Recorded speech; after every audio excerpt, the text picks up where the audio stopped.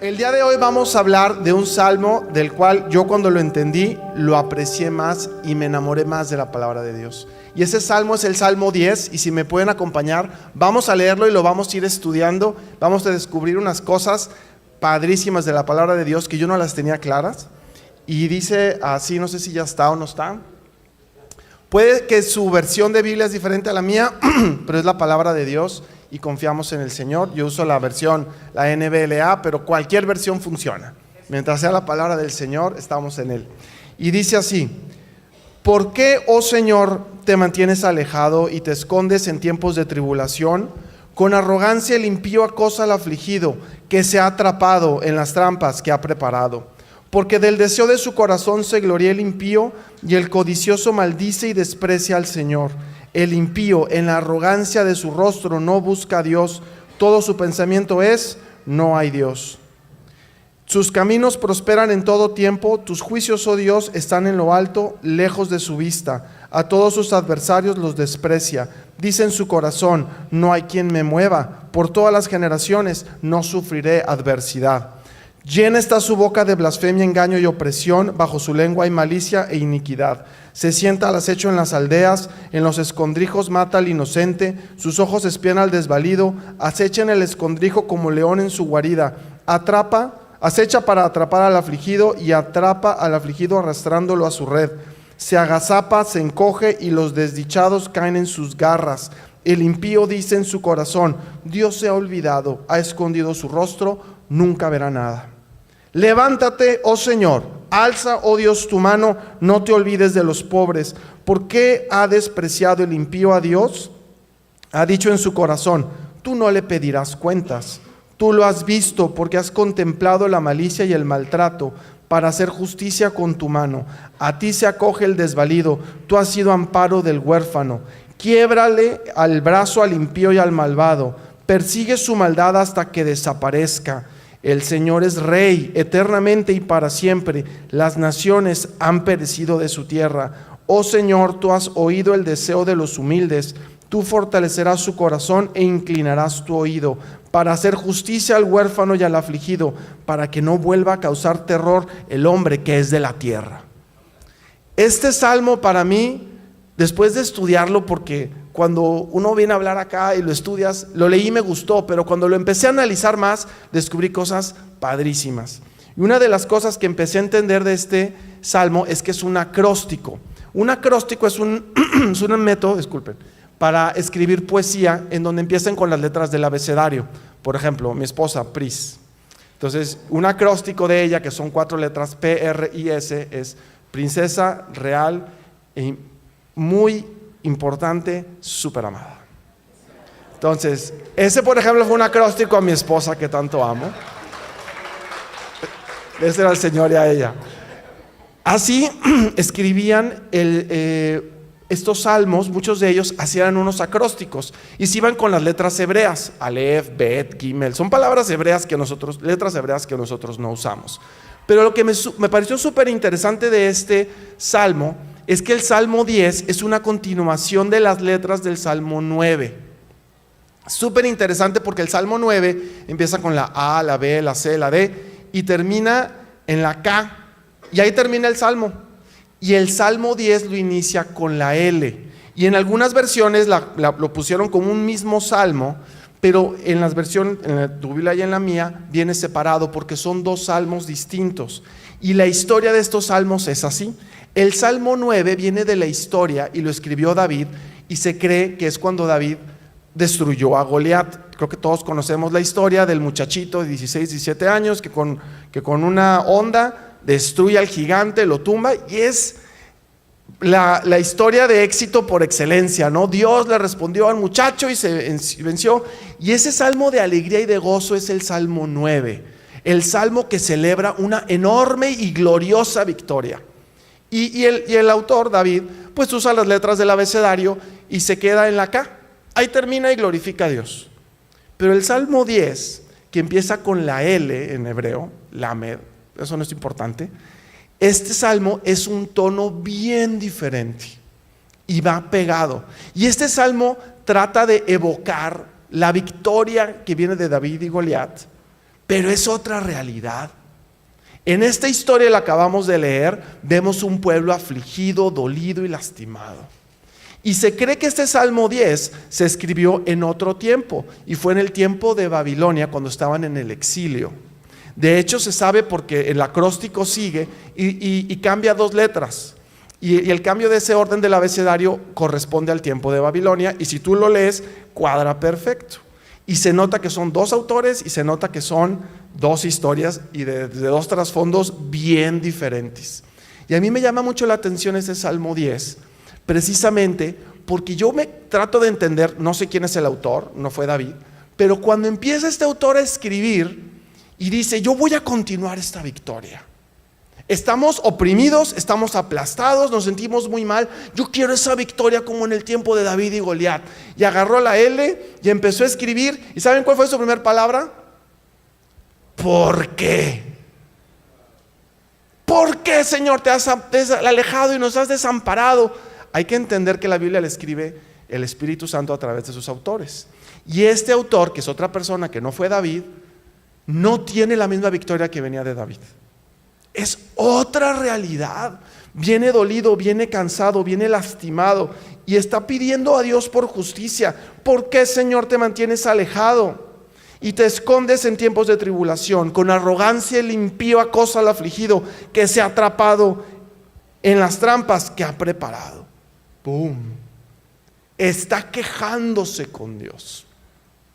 Y pues la historia de Monterrey la conocemos. Hace más de 400 años, un grupo de judíos también en ciertas formas exiliados, que los judíos han sufrido muchos exilios, y en uno de esos exilios vienen y buscan el lugar donde menos los vengan a buscar. Se vienen a estar entre las montañas donde hay poca agua y donde hay poco acceso, donde para llegar había muchos caminos difíciles. Los judíos aquí querían estar alejados, no querían a nadie, querían que no los molestaran y que pudieran estar solos, pero la mano del Señor está con ellos y prosperan. Y ahora es una de las ciudades las más grandes de México. Y Dios ha bendecido esta ciudad y la ama. Y estamos, gracias a Dios, ¿verdad? Mi familia no es de aquí, la de mi esposa sí, pero yo doy gracias a Dios que los regios nos han abrazado, a mí y a muchos otros que venimos a refugiarnos en la bendición que Dios hizo en este lugar. Y estando refugiados, y es una realidad que en México seguimos oprimidos y seguimos rechazados y con sed de victoria. Nosotros también queremos esa victoria como de David contra Goliat. Queremos que venga un David, tumbe ese Goliat y volvamos a glorificar a Dios, y nos sentamos a escribir ese salmo y empezamos con la primera palabra: ¿por qué? Y las quejas brincan. ¿Por qué? Vivimos en tiempos bien difíciles. Es la verdad. Vivimos en tiempos peligrosos, duros, injustos y difíciles. Y los malos, realmente la realidad supera la ficción. O sea, de la realidad horrorosa que vivimos se están construyendo las series, no al revés. Las películas ya son de la vida real y nos quedamos, no puede ser que eso exista. Sí, y no te enseñamos todo lo demás. La realidad está superando la ficción. Vivimos en un tiempo horrible y si usted lee el salmo que acabamos de leer, los describe tal cual. Se glorían del deseo de su corazón. Fíjense cómo vivimos esto. Maldicen y desprecian al Señor, no buscan a Dios. Su pensamiento es: no hay Dios. Sus caminos prosperan, sus casas, sus carros, sus caminos prosperan. No ven los juicios de Dios. Ay, Dios no me va a castigar. Dicen: no hay quien me mueva. Por todas las generaciones no sufriré adversidad. Y tienen hijos, y tienen nietos, y tienen muchos hijos. ¿Cómo, Dios, los estás prosperando? ¿Qué está pasando? Y entonces viene y continúa el acróstico en el versículo 7. O sea, el autor empieza a escribir y se empieza a enredar y se empieza a aventar porque estaba oprimido y dolido. Y saben, nos relacionamos con esa historia. Perdón. Nuestra vida actual se parece a esa historia. Y continúa y toma la siguiente letra y es la palabra boca, y dice: llena está su boca de blasfemia, engaño y opresión. Viene escrito en Romanos 3, es una parte importante de cómo describe a los malos. Pero les está diciendo, esta gente es muy mala, Señor. Bajo su lengua hay malicia e iniquidad, se sientan al acecho en las aldeas, en los escondrijos mata al inocente, sus ojos espían al desvalido, acechan el escondrijo como león en su guarida, acecha para atrapar al afligido, y atrapa al afligido arrastrándolo a su red, se agazapa, se encoge, y los desdichados caen en sus garras. El impío dice en su corazón, Dios se ha olvidado, ha escondido su rostro, nunca verá nada. Y yo creo que yo y todos ustedes nos identificamos. Porque por un lado vimos cómo son los malos, y ahora yo les puedo explicar un poquito de lo que vi, de cómo vivía este pueblo. México, así vivimos. Tiempos de tribulación. México vive en un tiempo muy difícil. El impío acosa al afligido. Creo que es obvio. Se sienta al acecho. Los caminos de México no son seguros. Matan al inocente, espían al desvalido, acechan como león en su guarida, atrapan al afligido, lo arrastran a su red, y los desdichados caen en sus garras. Creo que usted como yo se siente bien aplastado. Y en algún tiempo, hace unos años, que practiqué un poquito de box, el pastor Walo lo conoce, la primera enseñanza que te dicen es, sube las manos. Y el otro te está pegando y dice, lo que suceda, sube las manos, que le pegue a los guantes, que no te pegue a ti, sube las manos, súbelas. Y eso es lo que esta persona está haciendo. Está subiendo las manos, está diciendo, Señor, Señor, Señor, Señor. Y le están pegando, y les están pegando duro. Y sí, nos están pegando duro a todos. Y Dios ve, ¿estará viendo Dios? ¿O estará sordo Dios? ¿Será que Dios no siente? Por eso escribió, ¿por qué? ¿Dónde estás, Señor? ¿Nos olvidaste como nación? ¿Te olvidaste de nosotros? ¿Dónde estás, Dios?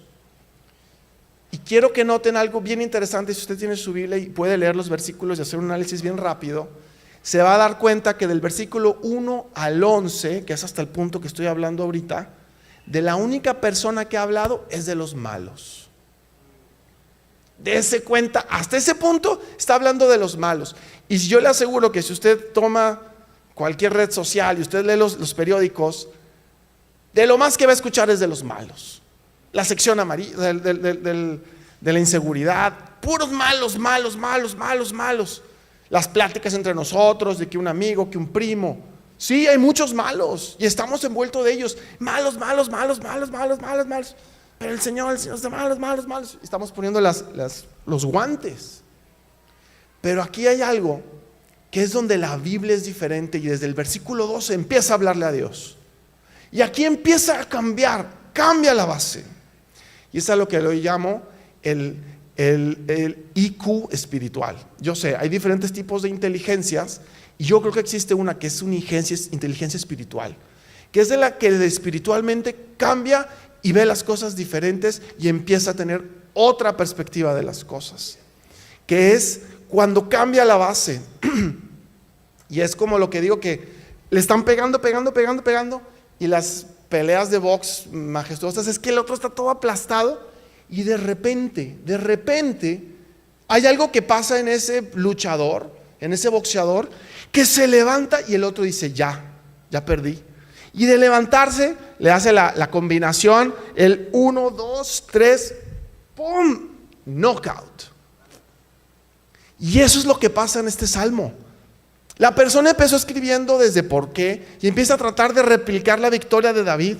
No le sale, evidentemente. Pierde el orden de las letras, pero cuando pone a Dios de frente, hace una combinación de 4 golpes impresionante. Knockout. Lo termina, destruye a su enemigo completamente. Y se los voy a explicar paso a paso, uno a uno, de dónde vienen estos 4 maravillosos golpes, que son, por eso hablaba de un acróstico, y termina con las letras W, X, Y y Z. Termina con las 4 letras, obviamente otras letras y otras palabras. Pero la primera letra que le dice, levántate, Señor. Levántate, Señor. Porque muchos decimos, levántate, México, y tú puedes. No podemos. Levántate, Señor. Le dice: levántate, Señor, alza, oh Dios, tu mano, no te olvides de los pobres. Porque ha despreciado y limpió a Dios, ha dicho en su corazón: tú no le pedirás cuentas. Yo les digo, oremos a Dios por justicia. Oremos a Dios que alce su mano. Y créanme, aquí empezamos a ver el poder judicial de Dios. Dios empieza a decir: yo me levanto, voy a defender a mi gente, yo voy a poner la mano. ¿Por qué? Por los pobres. Y dice la palabra de Dios que los pobres en espíritu son los que reciben el reino. Si tú ya tienes todo lo que necesitas y estás bien alimentado y no te hace falta nada, si no tienes una sed de necesidad en tu corazón, no hay mucho que hacer. Pero si estás tan quebrado y roto como yo y necesitado como todos nosotros, sabrás que el Dios de justicia se va a levantar por ti. Y dice: levántate, oh Dios, por los pobres. Y dicen los malos: Dios nunca me va a pedir cuentas. Ha dicho en su corazón. ¿Será que Dios no va a pedir cuentas? Ahorita vamos a ver. El primer golpe: levántate, Dios. Y el segundo: escucha. Escucha a Dios. Tú lo has visto. Dice: tú lo has visto porque has contemplado la malicia y el maltrato para hacer justicia con tu mano. A ti se acoge el desvalido. Tú has sido amparo del huérfano. Y aquí empezamos a descubrir el poder judicial, el poder legislativo de Dios. Dios empieza a ver y a juzgar. Dios empieza a poner las cosas en orden y dice: tú has contemplado la malicia, tú has contemplado el maltrato. Hay un juez que está escribiendo, hay un juez que lo está viendo y dice: trae justicia con tu mano al desvalido y al huérfano, al cual le darás acogimiento y amparo. Empezamos a ver a Dios, a un Dios que se empieza a enfrentar contra sus enemigos y empieza a hacer justicia.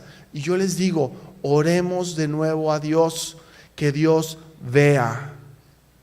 Créanme, en el cielo y delante de Dios y en varias partes de la Biblia se habla de que hay libros, hay muchísimos libros, y hay un libro de la vida, pero hay un libro de las acciones. Dice que cada lágrima, cada dolor, cada tristeza que tú has tenido, como quien pone un botecito y junta las lágrimas, Dios las tiene contadas. Dios sabe cuando estuviste triste, Dios sabe cuando te hicieron tal injusticia, Dios sabe cuando sufriste tal o cual cosa. Dios no está ausente, Dios lo está escribiendo y Él va a hacer justicia. Y el tercero que aparece, que viene aquí, dice: quiebra. Ya nos empezamos a emocionar más, porque primero estábamos todos golpeados y de repente: levántate, Señor, mira. Y luego viene: quiebra. Y ese quiebra es cuando empezamos a ver el poder ejecutivo de Dios. Se empieza a presentar el rey y empieza a hacer lo que le corresponde y dice: quiébrale el brazo al impío y al malvado, persigue su maldad hasta que desaparezca. Que esta sea nuestra oración, que esta sea nuestra súplica y que esta sea nuestra manera de pedir a Dios por justicia. Dice: quiébrale el brazo. No dice: convéncelo, ándale, Señor, háblale bonito, que tenga ganas de hacer el bien. Quiébrale el brazo, quiébraselo. No tenemos por qué estar negociando, quiébralo. Y luego le dice: persigue su maldad hasta que desaparezca. No le está diciendo: pues vamos a pactar, vamos a poner de acuerdo, mira, de aquí para acá tú y yo lo voy a perseguir hasta que desaparezca. ¿Quién va a hacer esto? El Señor. Hay que entender que los humanos somos humanos y hay que dejar de confiar, sí, en políticos y en líderes. Ellos no pueden. Yo no puedo, usted no puede. ¿Quién va a poder enfrentarse a esas cosas? Yo no. El Señor Dios Todopoderoso sí, que se empieza a manifestar y le dice: quiébrale el brazo, persigue su maldad, que desaparezca. Delante del Señor no se permiten estas cosas. El Señor Dios Todopoderoso, Él hará justicia. Y si usted se da cuenta, no es una de las letras del acróstico, pero en su Biblia, o como en la mía, hay un cambio de párrafo. Hay un silencio. Y el que escribió el Salmo empieza a hablar y de repente hace un espacio. Y hay tanto que pasa en ese espacio, y se lo voy a explicar por qué. Porque empieza diciendo: el Señor es Rey eternamente y para siempre. Le cambió la perspectiva. Esta persona, de estar golpeada y estar en medio de los golpes y estarse defendiendo, dice: espérame, el Señor es Rey eternamente y para siempre. Y luego dice: las naciones han perecido de su tierra. O sea, esta persona ya voló, ya no está en el ring ahí peleándose. Esta persona se transporta y ve otra realidad. ¿Y saben qué está viendo? Está viendo al Rey regresar. Está viendo a Jesús en el último tiempo. Está viendo cómo Dios bajó. Y dice: quebrar todo esto es una realidad. El Señor es Rey eternamente y para siempre. Y no quisiera perder este tiempo para mostrarles cómo es esta visión. Y esto es lo que Jesús dice de sí mismo, que es este gran Rey. Jesucristo lo dice así en Mateo 25, 31 al 45. Lo voy a leer rápido, no me voy a detener mucho en el pasaje, pero quiero que disfrute conmigo esto que no ha sucedido en el pasado, pero que Jesús lo dijo y lo profetizó que sucederá en el futuro. Jesús dijo que iba a venir. ¿Y vino? Sí. Y Jesús dijo: voy a regresar. Y cuando regrese, Jesús dice: esto va a suceder. Mateo 25, 31. Pero cuando el Hijo del Hombre venga en su gloria y todos los ángeles con él, entonces Él se sentará en su trono de gloria y serán reunidas delante de él todas las naciones, y separará a unos de otros como el pastor separa las ovejas de los cabritos, y pondrá las ovejas a su derecha y los cabritos a la izquierda. Se empieza a poner bueno. El Rey dirá a los de su derecha: vengan, benditos de mi Padre, hereden el reino preparado para ustedes desde la fundación del mundo, porque tuve hambre y ustedes me dieron de comer, tuve sed y me dieron de beber, fui extranjero y me recibieron, estaba desnudo y me vistieron, enfermo y me visitaron, en la cárcel y vinieron a mí. Entonces los justos le responderán diciendo: Señor, ¿cuándo te vimos hambriento y te dimos de comer, o sediento y te dimos de beber? ¿Y cuándo te vimos como extranjero y te recibimos, o desnudo y te vestimos? ¿Cuándo te vimos enfermo o en la cárcel y vinimos a ti? El Rey les responderá: en verdad les digo que en cuanto lo hicieron a uno de estos hermanos míos, aun a los más pequeños, a mí lo hicieron. Y continúa el relato. Entonces dirá también a los de su izquierda: apártense de mí, malditos, al fuego eterno que ha sido preparado para el diablo y sus ángeles. Porque tuve hambre y ustedes no me dieron de comer, tuve sed y no me dieron de beber, fui extranjero y no me recibieron, estaba desnudo y no me vistieron, enfermo y en la cárcel y no me visitaron. Entonces ellos también responderán: Señor, ¿cuándo te vimos hambriento, sediento, o extranjero, desnudo o enfermo, o en la cárcel y no te servimos? Él entonces le responderá: en verdad les digo que en cuanto ustedes no lo hicieron a uno de los más pequeños de estos, tampoco a mí lo hicieron. Estos irán al castigo eterno, pero los justos a la vida eterna. Va a descender el Señor, el Rey. Va a poner su gloria y va a poner las cosas en orden. Dios va a sacar sus libros y va a decir: ¿y yo cuándo te ayudé, Señor? Cuando me diste de comer y de beber, pero yo ni cuenta me di. Tú no te diste cuenta, pero yo sí. ¿Y saben qué? También contra los malos. Y en ese juicio, sí, pues van a estar los ladrones, los secuestradores, todos los que hacen el mal, los narcotraficantes, todos delante del Señor eterno. ¿Y nosotros? Es difícil, porque fíjense de las cosas que Dios se queja. Tuve hambre, tuve sed, fui extranjero, desnudo, enfermo, y no cuidaste a los olvidados. ¿Seremos nosotros también culpables de estas cosas? ¿Le habremos fallado a Dios en alguna de estas? Les aseguro que ninguno de nosotros salimos limpios de este juicio. Dios nos tiene que salvar, porque no solo a aquellos, sino también a nosotros. El Rey viene y ¿sabes? Hace justicia, pero a todos. No, nada más a los muy, muy malos. No, Señor, a los malos, malos. Yo soy malo, bueno. No hay. Fíjense qué específico. Tuve hambre, tuve sed, estuve solo, estuve enfermo, no me visitaste. Está hablando de cosas muy específicas y muy sencillas. Nos debe de dar miedo a todos, porque el Señor viene a exigir su justicia, pero hay esperanza. No se me desamparen, hay esperanza. Y fíjense cómo Dios lleva libros muy detallados, y es muy diferente este Dios que cuida los detalles, como decía en el versículo 1 del Salmo. ¿Por qué? ¿Se acuerdan del por qué? ¿Por qué, oh Señor, te mantienes alejado y te escondes en tiempos de tribulación? ¿Por qué? Es muy diferente. Este Dios no solo presta atención, presta la más mínima atención. Y aquí es donde viene el knockout, el último golpe. ¿Y saben cuál es la palabra que escribió este salmista? Con la que escribe y termina el salmo. Y la palabra es deseo. Y es el deseo de los humildes. Dios escucha a los humildes y dice: oh Señor, tú has oído el deseo de los humildes. Tú fortalecerás su corazón e inclinarás tu oído para hacer justicia al huérfano y al afligido, para que no vuelva a causar terror el hombre que es de la tierra. Fíjense cómo dice en el pasado: tú has oído. El deseo nuestro en humildad delante de Dios lo está escuchando el Señor. Te está atendiendo, lo está escribiendo en sus libros, lo está poniendo junto al incienso de oración. Dice la Biblia que delante del trono de Dios hay un incensario que le está dando buen aliento a Dios. Todos tus deseos, todas tus oraciones, todos tus anhelos, todas tus aflicciones que tú y yo sufrimos delante del Dios del cielo le están llegando. Y Dios dice: te estoy escuchando, te estoy oyendo, te estoy atendiendo. No creas que se me ha olvidado, ni a los malos ni a los buenos.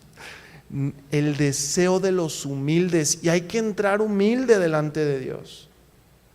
No hay que entrar así con el puño al cielo, no lo hagas. Si estás enojado, pues enójate como se enojó el salmista, se vale, y por eso está escrito. Imagínate hablar así delante de Dios, a mí me da miedo. Pero si no lo estás viendo y crees que es una nube que no escucha, pues gritan muchas cosas. Pero Dios dice: yo lo escuché y también te voy a cubrir de ese mal. Yo te escuché.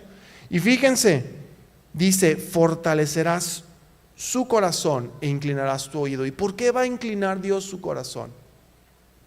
Esta es la verdadera fuerza para México. Esta es la verdadera fortaleza para resistir. Sí, vivimos tiempos muy malos y esperamos la venida del gran Rey y Señor, pero uno dice: ¿y luego qué hago en el camino? ¿Qué hago en el inter? Hay que resistir, México. Hay que resistir, familia. Hay que resistir y no dejarnos caer por la maldad, y ir con un corazón humilde delante de Dios y rogarle por su fortaleza. Dice: fortalecerá su corazón. Pero ¿cómo va a ser Dios fuerte en nuestros corazones si también hemos fallado? ¿Con qué vas a llegar tú diciendo: Dios, yo soy perfecto, respóndeme a mí? Si todos hemos fallado. Fíjense cómo y a quién Dios salva: para hacer justicia al huérfano y al afligido. ¿Somos huérfanos?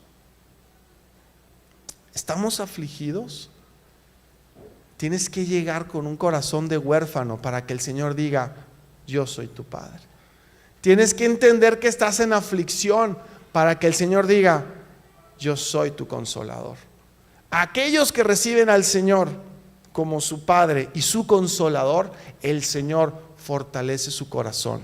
Y aquí es donde nosotros podemos resistir cualquier mal. Le aseguro, la iglesia en toda la historia ha sufrido cosas horribles y el Señor la ha sostenido durante todo ese tiempo. Porque el Señor ha sido nuestro Padre, porque el Señor ha sido nuestro consolador. Y a ellos es a los que el Señor le responde, a los que le reconocen que Él es nuestro Padre, que Él es nuestro consolador. Y fíjense la promesa de seguridad de Dios: para que no vuelva a causar terror el hombre que es de la tierra. Si algo necesitamos, si algo queremos, es esa seguridad. Y esa seguridad es cuando el Señor es nuestro Padre y cuando el Señor es nuestro consolador. Esa es la fortaleza que nosotros tenemos. Esta es la guarida que viene de parte de Dios. Quiero que oremos y le demos gracias a Dios por su palabra. Que se vale quejarse como este salmista. ¿Y por qué? Mira, los malos son bien malos. Sí son bien malos.